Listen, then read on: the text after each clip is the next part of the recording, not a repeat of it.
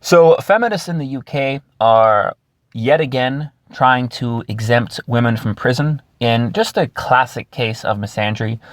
This is not the first time that they've done this. They've been trying to do this for years, and in fact, they've already succeeded in many cases.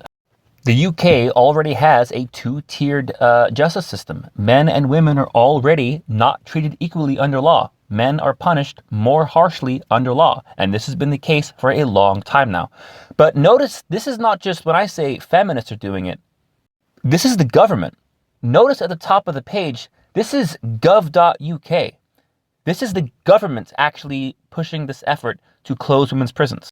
But it's not just closing women's prisons. It's blatantly treating men and women differently according to their gender. If a male and a female criminal have exactly the same backgrounds, exactly the same crime, exactly the same aggravating and mitigating factors, this is saying that the woman should be spared prison because she's a woman, while the man does not get this consideration.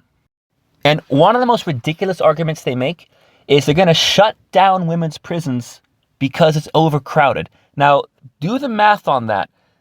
They have not enough space for all the women that commit crimes, so they're going to close down women's prisons so there's even less space. When men commit more crimes, they build more prisons for men. And remember this story. This woman who was caught multiple times drunk driving was literally told by the judge if she were a man, she would have gone to jail. Her reaction? She found it funny. But it's the same old excuses and the same old misandry and the same old sexism and it's the same old feminists pushing for female privilege.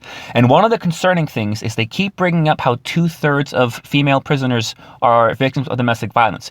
But remember, at the same time, they push for domestic violence to be recognized in a gendered way. So a male victim might not be recognized at all, and a female perpetrator might be recognized as the victim. So a woman might be spared prison because she's counted as a victim of domestic violence, when in fact she might be the perpetrator of domestic violence and the man is the victim. So they're already suggesting that 2/3 of female prisoners should be released when women are already so much less likely to go to prison in the UK, even for violent crimes, as we've seen so many times. And as a man that's been stabbed by a woman, no. This is a classic example of feminists being blatantly sexist and calling for blatant discrimination. And remember, the scary thing is, it's the government.